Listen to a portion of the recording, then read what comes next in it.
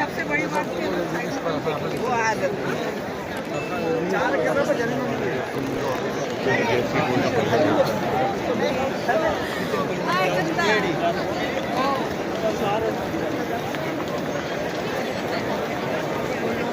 पड्या पड्या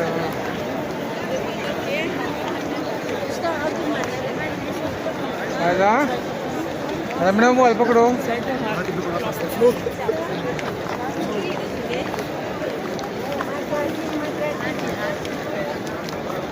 अरे मोबाइल किधर है मेरा?